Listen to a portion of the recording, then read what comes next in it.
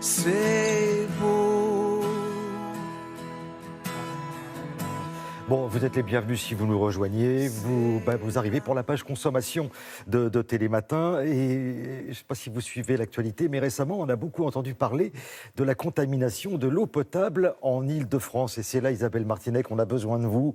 Bon, information très vite démentie par le ministère de la Santé.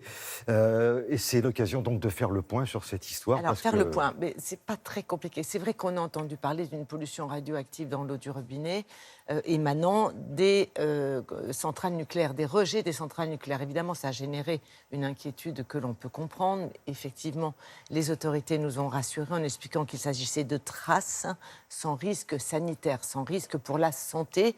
On démontre ce graphique qui a été publié dans la presse où on va découvrir que les relevés moyens sont de 10,9 becquerels. Le becquerel, vous savez, c'est l'unité de mesure radioactive. Pour déclencher une enquête, il faut 100 becquerels toujours par litre d'eau.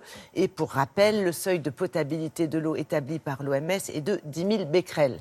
Donc, moralité, quand même, on peut boire l'eau du robinet. Et la meilleure preuve, c'est que l'opérateur qui approvisionne Paris n'a pas cessé son opération estivale qui consiste, et c'est le sujet du jour, à offrir durant l'été 50 000 gourdes en plastique biosourcées, justement pour influencer la consommation d'eau des fontaines de Paris, essayer de réduire la consommation d'eau en bouteille en plastique à usage unique parce que ça fait des déchets et que si on buvait essentiellement l'eau du robinet, on éviterait la consommation de 7 kilos de plastique par an et par habitant. Donc c'est pour ça que la ville de Paris s'est mobilisée sur ce sujet et on s'est dit qu'à l'occasion, pourquoi pas faire le point sur le traitement de l'eau, le trajet de l'eau, ce qui se passe jusqu'au robinet. C'est ce qu'on vous offre aujourd'hui.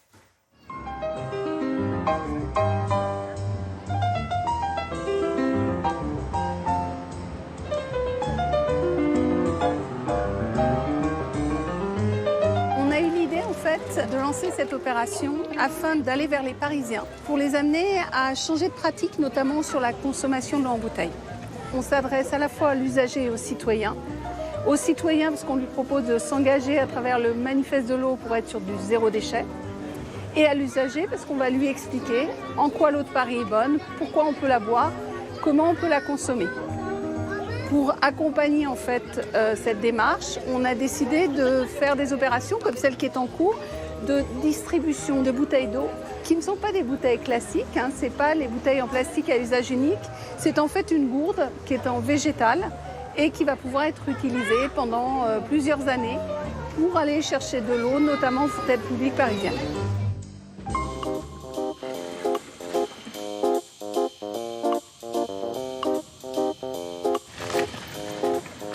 On se situe en bord de Seine, à une quinzaine de kilomètres en amont de Paris, au niveau de la prise d'eau de l'usine de production d'eau potable. C'est la première étape de traitement.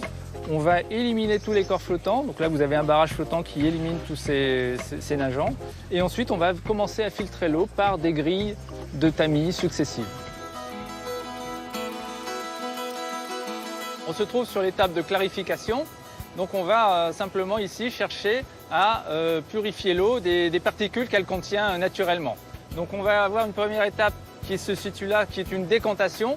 En fait, on va venir faire agglomérer toutes les petites particules qui sont contenues dans l'eau pour les alourdir et venir les laisser décanter au fond du bassin. Et cette eau qui est décantée, elle va passer maintenant en filtration sur des filtres sable. Et donc là, on va avoir une filtration beaucoup plus fine, de l'ordre de 10 microns, qui va venir piéger toutes les particules visibles à l'œil nu. Maintenant, on va affiner l'eau. On va traiter l'eau à l'ozone pour dégrader les petites particules qu'on n'a pas pu piéger. On va la filtrer de nouveau, mais sur du charbon. Ensuite, elle va être traitée aux ultraviolets. Et puis, une chloration finale. Et évidemment, une analyse pour contrôler sa qualité. Nous analysons l'eau qui arrive à notre laboratoire pour s'assurer qu'elle soit parfaitement potable. Donc pour ce faire, nous analysons les nitrates, les pesticides, les germes microbiologiques. Et également, nous la goûtons par rapport à une eau minérale pour s'assurer qu'elle a un goût parfait. Au test. En l'occurrence, cet échantillon qui a été prélevé ce matin est parfaitement conforme.